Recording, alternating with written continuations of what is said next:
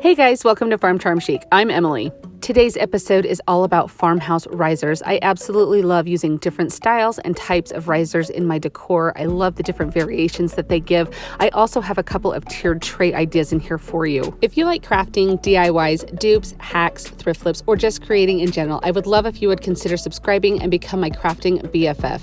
And if you do like any of today's projects, remember to hit that thumbs up. But let's make some DIYs. This is a sign blank that you can get at Hobby Lobby. I buy them when they're on sale, and you can see here the price there. And I did buy it at 50% off, so make sure that when you're buying these pieces, you buy them when they're on sale. And I'm just going to cut off the little hanging tab there. And I also go in with my heat gun and remove the price tag. And then these little staples here that was keeping our little twine stapled to it, I just take some needle nose pliers and I remove those. A couple of them gave me a little bit of trouble, so I just use my little weeding tool to help get underneath those. But I just take those off and then sand it down so it gives it a very finished look. Now I'm going to make a tray out of this sign, and I'm going to use these little feet here. I get these at Hobby Lobby in their wood section. I believe these do go on sale too. It's $5 for the bag, so if you can get these on sale, do, but you've got enough, you can do a couple projects out of one bag. So I'm just going to paint them with some white chalk paint to match the original color of the sign, but you could also stain these and do like a two-tone look, or really you could paint the base of your sign and the feet whatever color you wanted to match your decor. I just love taking pieces like this and making them your own. I mean, to buy a riser like this, you're going to pay a lot more than you would making it in this instance if you buy all of these pieces on sale. Plus, you get the satisfaction of knowing that you created something. So I'm just taking my emery board and I'm going to rough up these feet so that way it matches that really distressed, weathered look that the sign has there. So I just wanted it to look like it was a completely cohesive piece.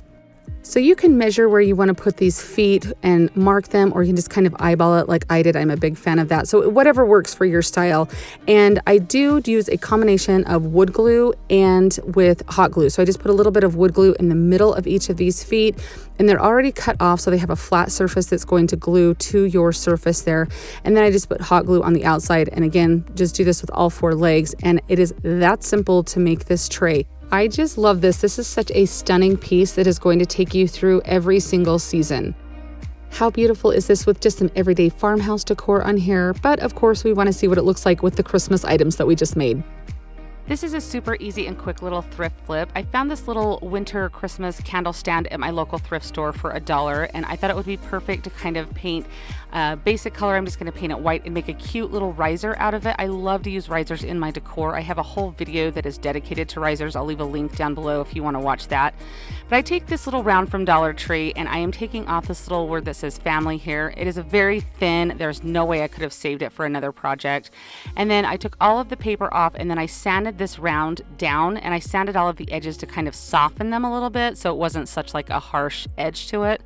And now I'm just taking some Mod Podge and putting this on the candle base there to help have the paint adhere to it. You could spray paint this. I was just out of spray paint, so I just decided to use chalk paint, and I just chalk painted them both in a basic white color here. So now I'm just going to use a combination of E6000 and hot glue to glue that round onto the base. I take my emery board and file the edges to give it a distressed look. I use a little mineral chalk paint, and then I go over it with some white to kind of dull it down a little bit so it's not super harsh. I love the stability of this piece, and I love that thick base with that round top on it. I think it's so cute. This will definitely get lots of use out of it. I'm always looking for different ways to do risers to raise things up high if I need a different level or something, and I think this will be perfect for that. I love these cute little signs from Dollar Tree that say "This is us," and they are so darling the way they are, but they are such a great shape to make some fun things out of. So I'm going to make a little tiered table out of these. So I'm going to remove these little hangers from the back, and then what I'm going to do is take this dowel. It's not a dowel rod, it's poplar square is what it's called. I want to call it a dowel, but it's not round. Anyway, I buy this at Home Depot. It was about $2 and change, and I measure 1.5 inches for the bottom feet of my table. So I cut one using my little miter box saw here, and then I use the rest of them, the little 1.5 inch legs that I do, to measure the rest of them with, if that makes sense. So then you can see all four that I have there. And then I'm going to go ahead and use wood glue, and then where the wood glue has an open space where I didn't put it, I'm going to use some hot glue. This is giving it that temporary and long-term hold. And so I'm going to show how I do this on all four of these legs, because the next legs that I do for the next level of my table, I do not have any footage for, and I apologize for that. So watch close how I glue these in, and I'm gonna do this exact same process, just using a different measurement for the next set of legs for the table.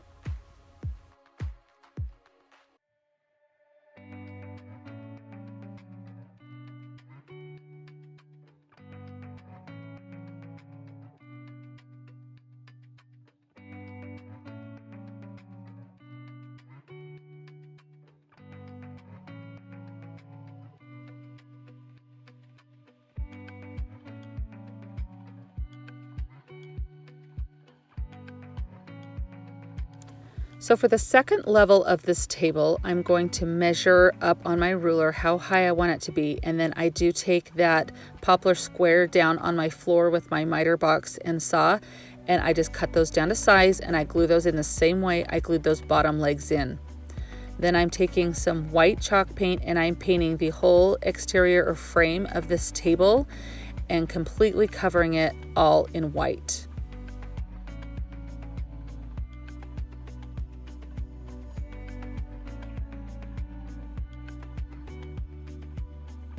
I am then taking these 5-gallon paint stir sticks that you can purchase at Lowe's or Home Depot. They come in a package of 3 for just a couple of dollars. And I'm going to measure where I want my tabletop to be, and I do take those to my miter box and saw and cut those down. Then I'm just using these craft sticks to go on the back to hold them together, and I am using the combination of wood and hot glue. I want this thing to be very sturdy, and trust me guys, it is very sturdy. And you can see how that sits flush with the top. So those pieces on the top go horizontal, and I wanted to change it up, and on the bottom do vertical pieces of wood. So I'm taking the gallon paint stir sticks and I'm measuring where I need to cut all of those. And then I take those down onto the floor with my saw and miter box, and I cut those down to size. And you can see how I have to cut a couple of pieces different lengths, like really short pieces, to go around the legs of my table. So I'm showing you how the top fits in that bottom and how the bottom will fit in. So I'm going to take this main piece of the bottom where all of those pieces can fit into one. I don't have to fit these like puzzle pieces around the table at all, if this at all makes sense. Just kind of watch what I'm doing here. And I'm going to glue the craft stick onto these to hold them together. That way they will fit inside of the legs of the bottom part of the table.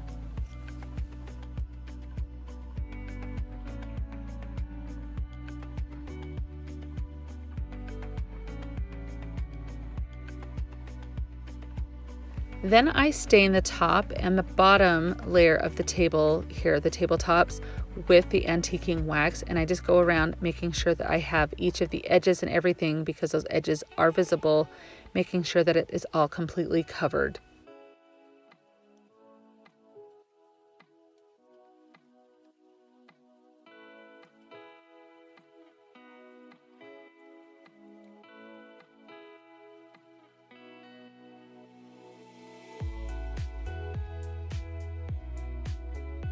Okay, now we get to attach the tabletops to our little tiered table. And I use a combination of the hot glue and the wood glue. And you guys, this thing is so sturdy. It is not going anywhere. So I do the same thing with the bottom layer here, just the wood glue and the hot glue for stability. And I lay that inner layer of that one down, and then you guys remember that game Tetris where you'd fit the little pieces in? That's totally what this reminded me of. But I fit these little pieces in around the legs, and I get this last little piece glued on here. And then of course I do just let this dry a little bit. And then I'm going to take my emery board and I go in and rough those edges up. It doesn't really rough them up, I guess. It gives them more of a dulled, not so harsh look on all of the corners. And then I do take my elephant chalk paint and I go in and give this a really good distressing, if you will. So I know not everybody loves distressing. I do. I really feel like if you found this in a potting shed, it would be pretty roughed up. And so I really kind of wanted to mimic that rustic look. But guys, look at how cute this is. When I started styling this, I got giddy inside. I was so excited. I think this is going to be so fun to change up for the different seasons and just kind of a different take on a tiered tray. So it's not such an obvious tiered tray, if that makes sense, but you would still just use those little miniatures on it to decorate. What do you think of this? Let me know down in the comments if you've seen anything like this or what you think of this. This DIY turns out so cute. Dollar Tree has these little nesting boxes in their crafting corner, and I'm using 2 of those. And then I'm just using a wooden dowel, or you can pick up a plunger at Dollar Tree and just use the handle on the plunger. It's made out of wood. You can use that for your wooden dowels, and it's sometimes a lot cheaper than getting them like at the craft store or hardware store. Now I have just cut my dowel down to the size that I want my little tiered tray to be, and which I think this is about 7 inches that I did. And I'm just using some hot glue and wood glue. Now I wanted to glue my dowel more towards the back of the box because I want more items to be able to fit in the front when I decorate with it, because this will be in a space where you won't really see the back of it. So keep in mind, if you want to decorate it all the way around, you might want to center your dowel a little bit more. Now just using some hot glue and wood glue, I just do the same process to get that top nesting box glued on. Here's just a bonus little hack for you. If you ever find little napkin rings, keep in mind of what you might be able to do with them. This particular napkin ring came from Hobby Lobby. The little pot came from Dollar Tree. I'm just using it to stuff in my little tiered tray. It looks almost like a little topiary there, even if you see the hole in the middle. But those little napkin rings, if you ever find those at any stores that you're traveling to, keep in mind of different things you can do with them on tiered trays because they're a lot of fun. Dollar Tree has recently had a lot of these wooden beads. You get them in a pack of 125, and it comes in all sorts of different sizes. So I'm just going to make a little beaded garland because I love hanging beaded garland from different things. It adds a lot of texture, and I just think they're really cute. So I'm just doing a little pattern with a couple of small, then I do the next size up, and then the biggest size, and I just repeat that pattern throughout the whole length of this beaded garland.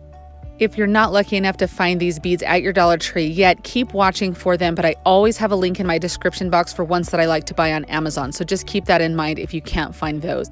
I am just using a galvanized tag that I also got at Dollar Tree, and I will just loop over my twine and feed that little beaded garland through there so that way it can tie easily onto. You can kind of tie that on however you want. That's just how I chose to do it. And then all I'm going to do here is just take the end of my twine, feed it up through a couple of the beads, and cut it off so that way you don't have that little piece hanging out. You could always make a tassel for the other end of this, or instead of the tag, I decided just to tie mine off at the other end because it will be resting inside of the tiered tray and you won't see it. So I just tie a knot with that, and then I like to use a little bit of hot glue just to secure that knot. And I mean just ever such a small little daub of hot glue on there just to kind of make sure that knot is not going to come untied or anything in the future. Now I'm using some of these little rub-on transfers from Dollar Tree. These are some of their new Farmhouse line that they have, which are super cute. I'm just taking the word welcome and I just cut it down from that sheet because I can use all of those others and other projects that I have. And I like to just use a little wooden craft stick.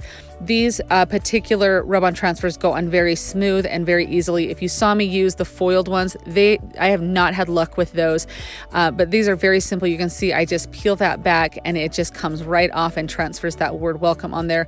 And it's just something really cute to place in your tiered tray.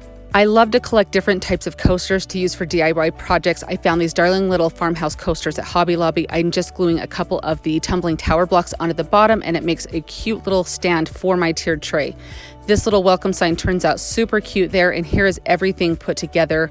I love how this turns out. It is so cute. It is very Farmhouse, and it is a perfect way to use those wooden beads and those little wooden nesting boxes from Dollar Tree. Are you guys on Instagram? If you are, I would love if you would come and find me. I am Farm Charm Chic over there. I'll leave a link down in my description box so you can easily find me. But come and see what I'm working on. I post there quite a bit. I like to show you things that I'm working on or when I have videos ready. It's just another place to stay in touch. So if you do come find me, remember to send me a DM and say hi because I do love meeting new friends.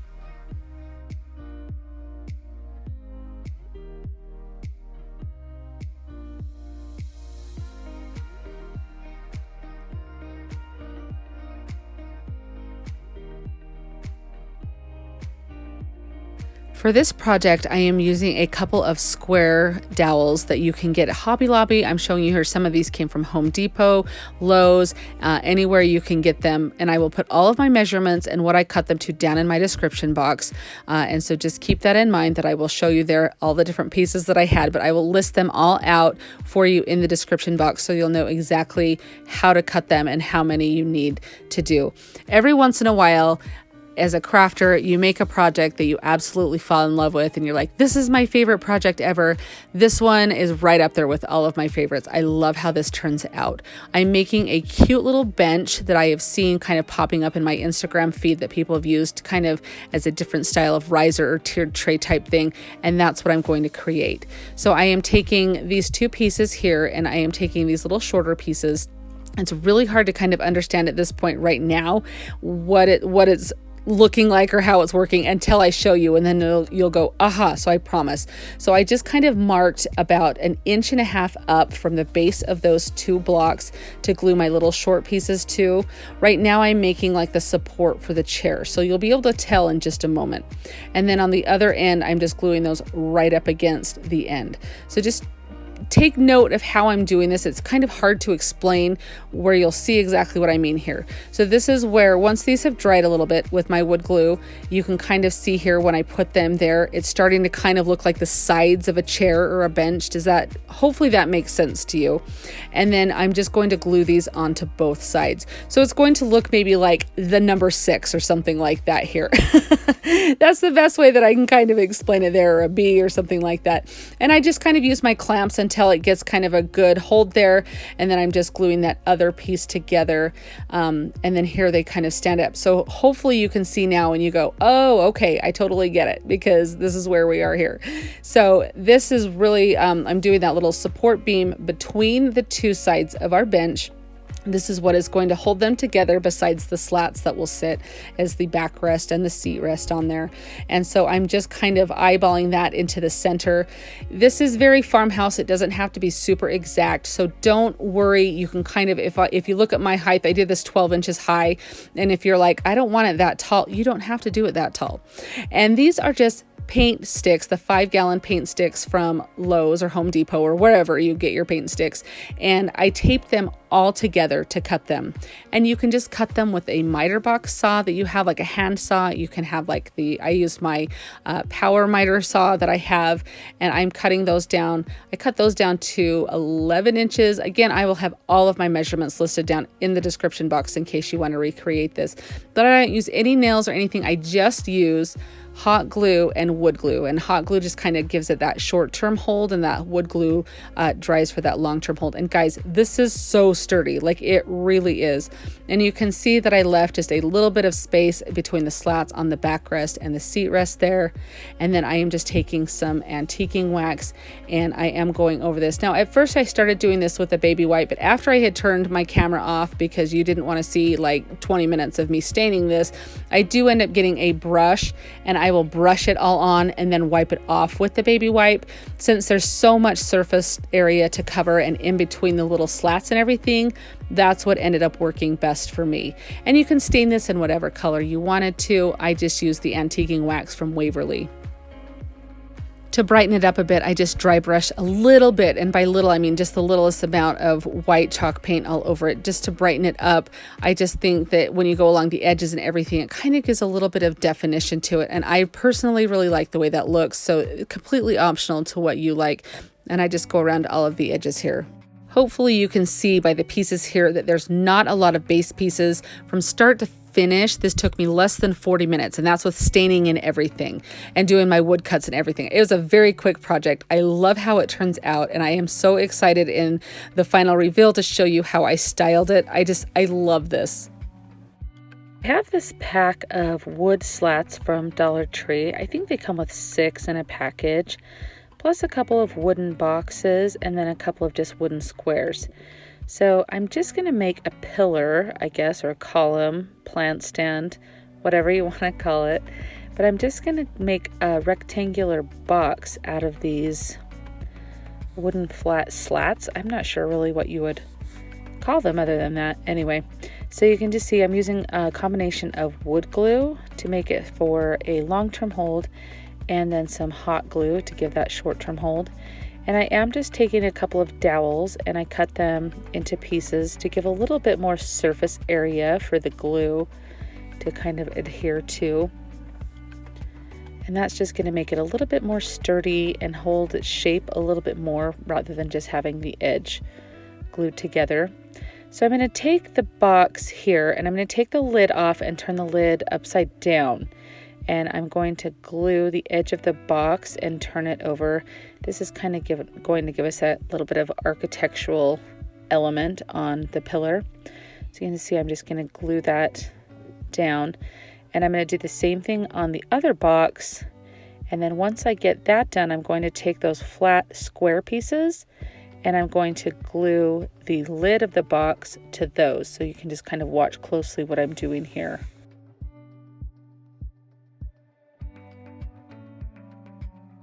So after I get those glued together and my rectangular box is pretty sturdy and dry, it takes about a half an hour to get it to a really sturdy point. Then I'm just going to glue each end of this to each little architectural end, I guess we'll call it, that I have made. And so you can kind of see it start to come together here. And I just kind of spin it because that glue does give you a little bit of working time to get it so it is straight and everything. And right now I'm not using any hot glue. I'm just using the wood glue because I'm going to set and leave this overnight just to get a really good hard cure to it. You do want to maybe have a wet cloth. I use some baby wipes around to kind of wipe that glue off because it does drip quite a bit. So after this dries, after a day, I go in with some paint. You can choose whatever paint color you want to paint yours. I wanted to go for a very rustic, kind of like obviously Farmhouse, but kind of just something that maybe you had found a piece of something from an old farmhouse or old barn or something that you had taken into your house to use as a plant stand. So I wanted to start with the white base and then go in and add distressing from there. So I give this 2 really good coats of my white chalk paint. Then I take my emery board and I am just going around every single edge, every single corner and sanding it really good. I even take each of those corners and give it kind of a more of a round shape to it. Then I take some antiquing wax and I just do my dry brushing all over it. I get a little bit heavier the further that I go, just kind of depends on how you want it.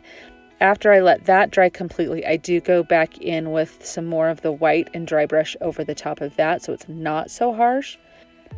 And it kind of softens it. I did go in with a little bit of elephant chalk paint also to kind of give it another little dimension there.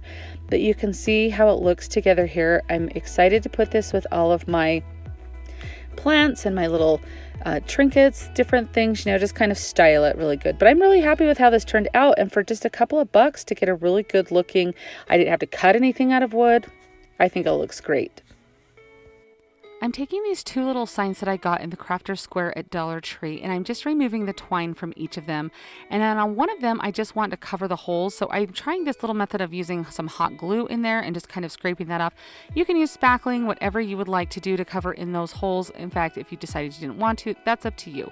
And then I just have this beaded garland that I also got at Dollar Tree, and I am just running a bead of hot glue around the edge here, you can see. And then I'm just going to lay these beads one by one all the way around the perimeter of this oval.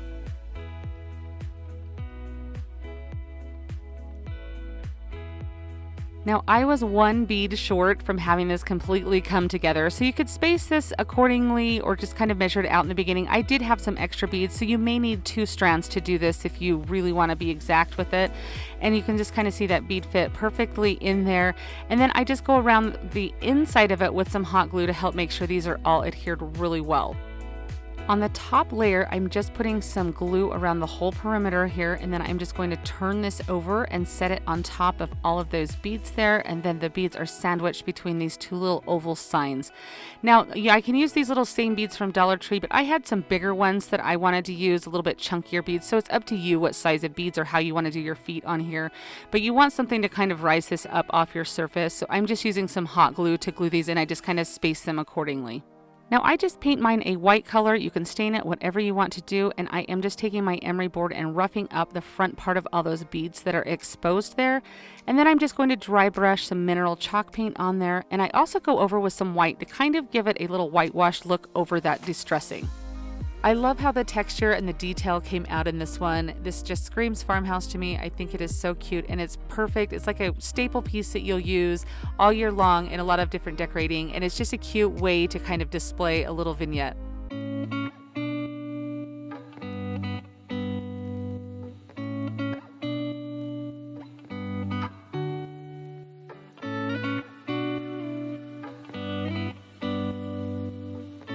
I would love to know down in the comments which one of these risers was your favorite, or if you have one that you just have to try, which one that would be. I had so much fun creating all of these, and it is even more fun styling each and every one of them and changing them out for different seasons with different decor.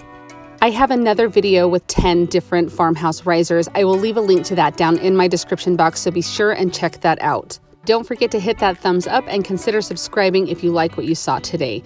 As always, remember to be safe, be smart, be nice, be happy. Choose to have a good day because you are amazing. Thank you so much, guys. I'll see you next time. If you enjoyed the video that you just saw, here's another one that you might enjoy. And as always, remember to like and subscribe. Thanks so much for watching and have an amazing day.